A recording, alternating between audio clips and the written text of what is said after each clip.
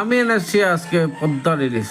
আর এখানে আমি শস্যটা মিক্স করে নিয়ে এসেছি। এখানে আদা কাঁচামরিচ সব কিছু দিয়ে দিয়েছি। তারপরে আমি এখানে শস্য তেলের যে গ্রাইন্ড করছি জলটা এখানে দিয়ে দেব। জলটা দেওয়ার পরে আমরা অল্প লবণ এখানে দিয়ে দেব।